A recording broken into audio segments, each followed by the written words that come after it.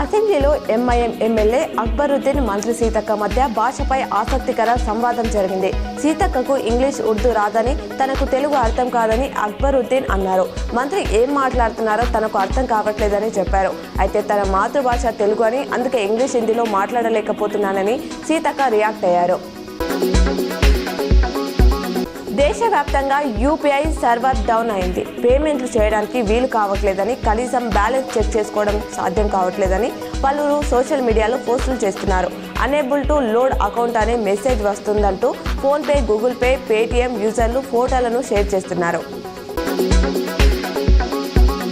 తెలంగాణలో ఎండల తీవ్రత పెరుగుతున్న నేపథ్యంలో ప్రజలు అప్రమత్తంగా ఉండాలని ప్రభుత్వం అడ్వైజర్ జారీ చేసింది. ప్రయాణాలు చేసే సమయాల్లో నీరు, ఓఆర్ఎస్ వెంట ఉంచుకోవాలని, దాహం లేకున్నా నీటిని తాగాలని సూచించింది. వీలైనంత వరకు శరీరాన్ని కప్పి ఉంచేలా దుస్తులు ధరించాలని, కళ్ళజోడు, క్యాప్ పెట్టుకోవాలని తెలిపింది. హైదరాబాద్ ఉప్పల్ స్టేడియంలో ఐపీఎల్ మ్యాచ్లకు వెళ్లే అభిమానులకు టీజీఎస్ఆర్టీసీ శుభవార్త చెప్పింది. జీహెచ్ఎంసీ పరిధిలోని 24 డిపోల నుంచి స్టేడియానికి 60 స్పెషల్ బస్సులను నడపనున్నట్లు ప్రకటించింది. మార్చి 27, ఏప్రిల్ 6, 12, 23, మే 5, 10, 20, 21 తేదీల్లో ఉప్పల్లో మ్యాచ్లు జరగనున్న విషయం తెలిసిందే.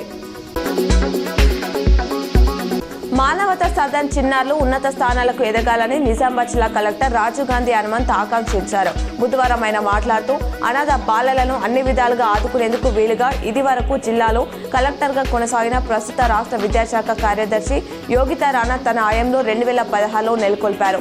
మానవతా సదన్ రాష్ట్రంలోనే కాకుండా జాతీయ స్థాయిలో ప్రత్యేకతను చాటుకుంటుందని అన్నారు. రేవంత్ రెడ్డి సీఎం అనే విషయాన్ని మర్చిపోతున్నారని బీఆర్ఎస్ ఎమ్మెల్యే కేటీఆర్ విమర్శించారు. ఎమ్మెల్యేల అనర్హత పిటిషన్లపై అసెంబ్లీ వేదికగా తీర్పు ఇవ్వాలని ప్రయత్నించారని ఎక్స్లో దుయ్యబట్టారు. కోర్టుల్లోని అంశాలపై వ్యాఖ్యలు చేయవద్దని నిబంధనలు చెప్తున్నాయన్నారు. రాష్ట్ర ప్రభుత్వం ఎంతో ప్రతిష్టాత్మకంగా తీసుకొచ్చిన రాజీవ్ యువ వికాస్ స్కీమ్ను ప్రతి బీసీ బిడ్డకు వర్తింపజేయాలని బీసీ సంక్షేమ సంఘం జిల్లా అధ్యక్షుడు సుధాకర్ డిమాండ్ చేశారు. బుధవారం సాయంత్రం జిల్లా బీసీ సంక్షేమ అధికారికి వినతి పత్రం అందించారు.